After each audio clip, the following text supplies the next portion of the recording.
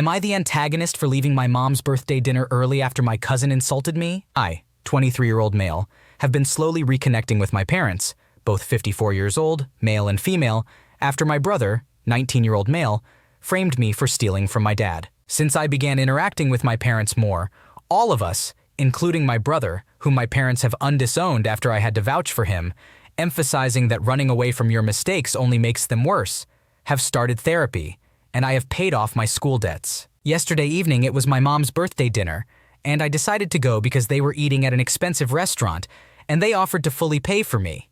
Free food sounded good to me. Those present were myself, my sister, my brother, my parents, my uncle and his wife, both in their mid-40s, from my mom's side, as well as their twins, a 19-year-old male and female. I've always gotten along with their son, but their daughter, whom I'll refer to as R, has despised me for as long as I can remember. My dad was getting his wallet out for his ID to order a drink, and R said in a mocking manner, "Uh-oh, my dad's name. Hide your wallet. You don't want my name getting in there." I looked at her, feeling embarrassed and with my face turning red, and responded along the lines of, "Your girl best friends have to say that to every guy in your friend group because of how you get around. She is known for cheating." She became upset and started crying, and my uncle started berating me for speaking to his daughter in that way and reminded me that I was still on thin ice for what I was falsely accused of. I got angry, flipped him off, and left the restaurant. I called my dad, and he said that I have nothing to apologize for, but my mom wants me to do so in order to keep the peace between her side of the family and ours. My uncle texted me demanding an apology, and R posted about toxic family members on Instagram. This is why I'm turning to you again. Am I the antagonist? You were provoked and insulted by R, who has a history of despising you. While it's not an excuse to retaliate with a hurtful comment, it's understandable that you would respond in kind, especially considering the emotional trauma you have endured from being framed by your brother. Your uncle's reaction of berating you and threatening you further compounds the situation and shows a lack of understanding for your perspective. It's also important to note that your dad supports your decision, and your mom only wants you to apologize for the sake of keeping peace within the family. However, it's worth considering whether apologizing to maintain peace is truly beneficial for your own well-being, especially considering your ongoing therapy and healing process. It's positive that your aunt has reached out to you with a sincere apology and that R has taken down her Instagram post. It shows that they recognize their wrongdoing to some extent. Ultimately, the decision of whether or not to apologize is up to you, as you have the right to prioritize your own emotional well-being. Am I the antagonist for shouting at my mom for embarrassing me at dinner? I recently got my first job at the same company as my dad. He's been working there since he was about 18, and he just informed me about an open entry-level position. This isn't nepotism. He works in a different sector and had no involvement in me landing the job. My parents had me at a young age. My mom was 17 and my dad was 19 when they met. They were proud to see me doing well at my age, considering the challenges they faced with a baby while my mom was attending college and university. To celebrate my job, my mom planned a big dinner with my dad, 3 uncles, herself, my little sister, and my maternal and paternal grandparents, although my paternal grandparents passed away before I was born. It's important to mention that my mom is on the autism spectrum and has an eating disorder called ARFID, which makes it difficult for her to try new foods. She has been eating the same type of food since birth. For this dinner, my mom allowed me to choose the restaurant. I selected a nice one that my dad had taken me to when I got accepted into university earlier this year. It's quite expensive, but my mom was willing to go there since I loved it the first time. However, during the dinner, my mom looked at the menu and seemed unhappy. She asked for a kids menu for my 8-year-old sister, and after my sister picked something, my mom looked at it. When the waitress came to take our orders, my 37-year-old mom ordered off the kids menu. I felt extremely embarrassed as everyone else at the table enjoyed adult meals while she had a kids meal. When we got home, I lost my temper with my mom. I may have acted like a complete jerk, but this has been a recurring issue throughout my life. I just wanted one night where my mom would eat like a normal person and not embarrass me during a dinner meant to celebrate my success. While I was confronting her about this, my mom started crying and apologizing. She kept repeating things like, "You know how hard it is for me, and do you not think I'm embarrassed too?" This is her defense mechanism whenever someone tries to address her eating habits. Later, my dad told me I was wrong for yelling at my mom, considering all she has done and spent just to have a nice dinner with the entire family. However, I don't agree because she could have chosen not to eat or ordered something else instead of opting for a kid's meal. So am I the asshole? While it's understandable that you were embarrassed and frustrated at the dinner, shouting at your mom was not the appropriate response. Your mom's eating disorder and autism spectrum disorder make it difficult for her to try new foods and eat in certain situations. It's not something she can control or change easily. Instead of being understanding and compassionate towards her struggles,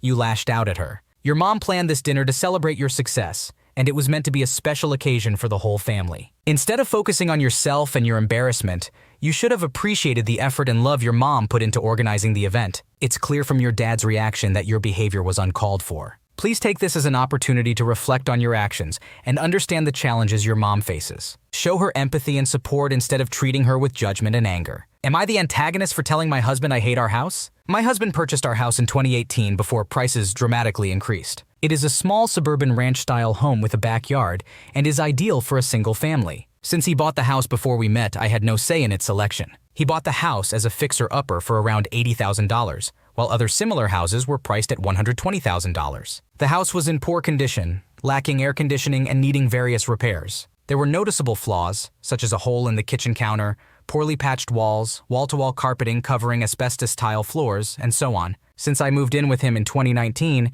more issues have arisen. For example, the garage ceiling collapsed due to humidity affecting the drywall, and we even have an interior wall that moves if you shake it. After I moved in, I managed to motivate him to take action on certain things. We installed air conditioning, removed the carpet and asbestos tiles, and now have luxury vinyl plank flooring instead of odorous carpeting. However, since our first child was born in 2021, no further improvements have been made. I consistently bring up the need for repairs and improvements, and although he initially gets annoyed, he eventually apologizes for the state of things. Despite this, nothing continues to be done.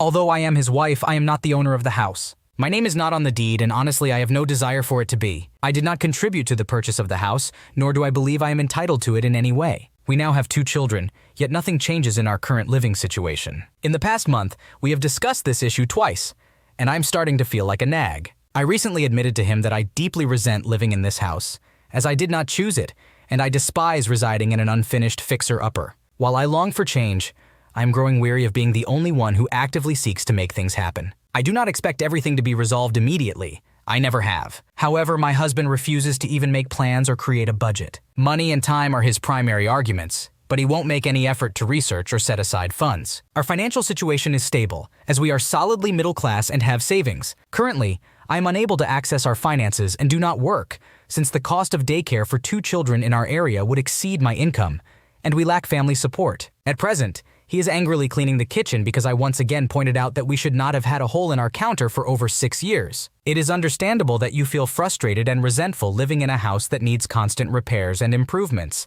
especially when you have actively tried to motivate your husband to address these issues. You have been reasonable in expressing your concerns, and the fact that your husband gets irritated rather than taking action suggests a lack of consideration for your feelings and the state of the home you share. While you acknowledge that you do not have ownership rights to the house and do not want them, it is still valid for you to desire a comfortable and functional living space, especially since you have 2 children. The fact that your husband has not made any plans or budgets to address the necessary repairs further highlights his lack of effort. It is important for you and your husband to have open and honest communication about your concerns and expectations for the home. Making a list of necessary repairs and prioritizing them can be a helpful step. Additionally, discussing your financial situation and finding a way to address your premarital debt while setting aside a budget specifically for home improvements can help facilitate progress. Overall, it is crucial for both partners in a relationship to have a say and be considerate of each other's needs and concerns, particularly when it comes to the place they call home. Am I the antagonist for telling my maternal aunts that they should stop taking their guilt out on my dad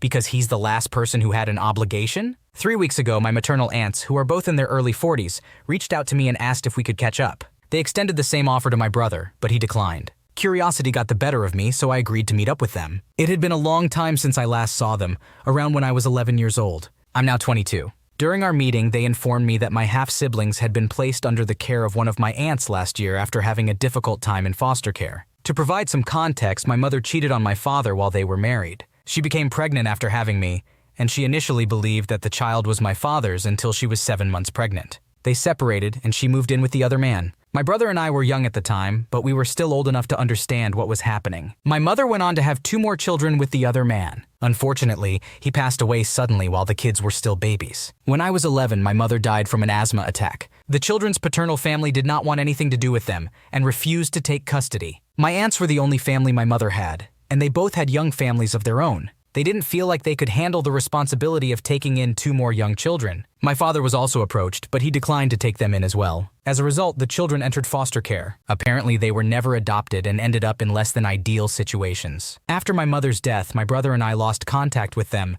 and we didn't see our aunts either because their relationship with our father had become extremely toxic. Despite all of this, my brother and I never harbored any resentment, blame, or hatred towards our father for not taking in our half-siblings. We didn't even really miss seeing them. We never formed a bond with them while our mother was alive, and our relationship with her also suffered after her affair and subsequent move. Over the years, my aunts have deeply resented our father for not stepping up and keeping all 4 of us together in a loving home. They claimed that our dad had the financial means and the space to do so, but instead chose to punish the kids for our mother's actions. They believed his actions were wicked. Their hatred towards our father was intense, and they reached out to my brother and me, believing that we would also hate him and want to reconnect with our half-siblings as a family. However, I wasn't interested in that and didn't appreciate how they spoke about our dad. So I told them that they should stop projecting their guilt onto our dad and accept that he was not obligated to take care of the kids. My aunts were shocked and questioned how I could say such things about my half-siblings, expressing concerns about whether I hated what happened to them and if I missed them. They asked how I could deny my father's obligation as our dad,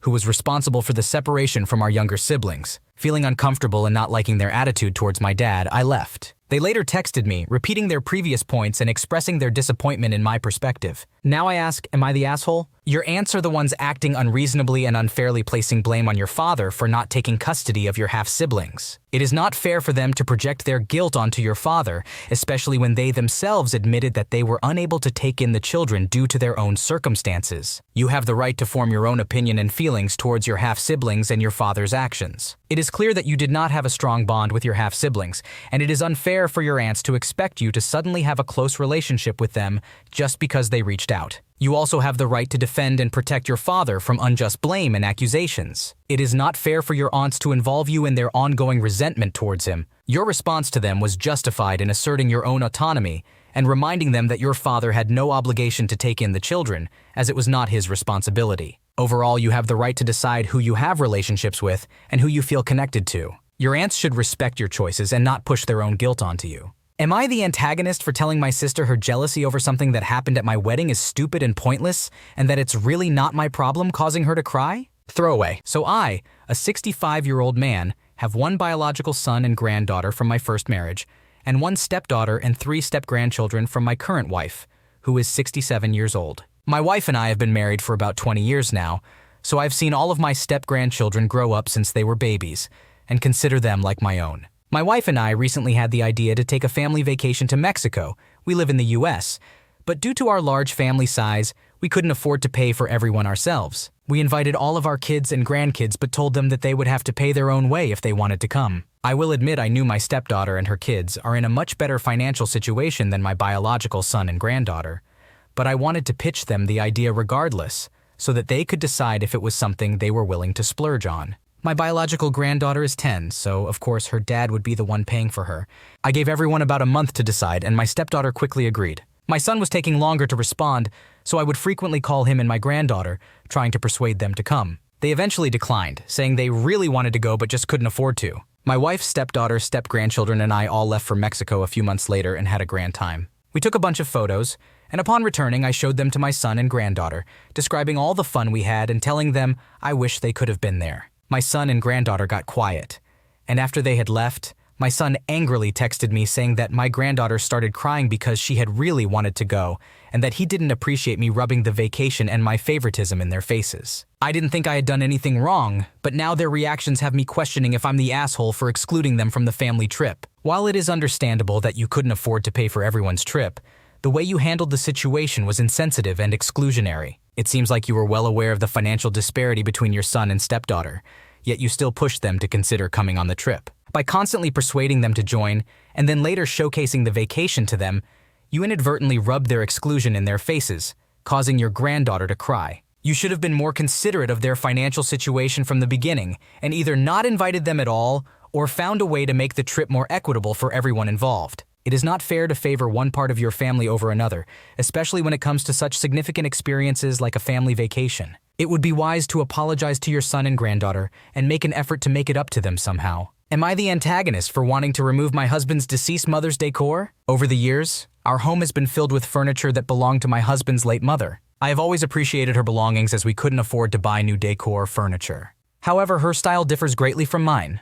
Her choices revolve around dark maroon and brown tones, whereas I prefer a vibrant and eclectic combination of emerald green, gold, and pink, with a bohemian touch. From the start of our relationship, I learned not to criticize his mother's possessions. Yet, I would be happy if we could designate a separate space for her items instead of having them dominate our entire home. When she passed away, my husband offered me her clothes, but I only selected a few pieces as they didn't align with my personal style since she was in her late 50s while I was in my early 20s. However, my husband seemed offended as if her belongings weren't good enough for me. Now, I find myself in the same situation with her other possessions. None of the rooms in our home reflect my own style, as her items occupy every space. Yesterday, I decided to take down 2 paintings, one of which I created myself, while the others were store-bought. When my husband returned home, he questioned my actions. I explained that I am growing tired of living in a house that doesn't feel like my own. He responded by asking if I feel the need to choose everything for it to feel like my home. Keep in mind, I have hardly had a chance to select much decor for this house. He was upset because he specifically chose those 2 paintings to be displayed by our bed. I expressed that, if circumstances allowed,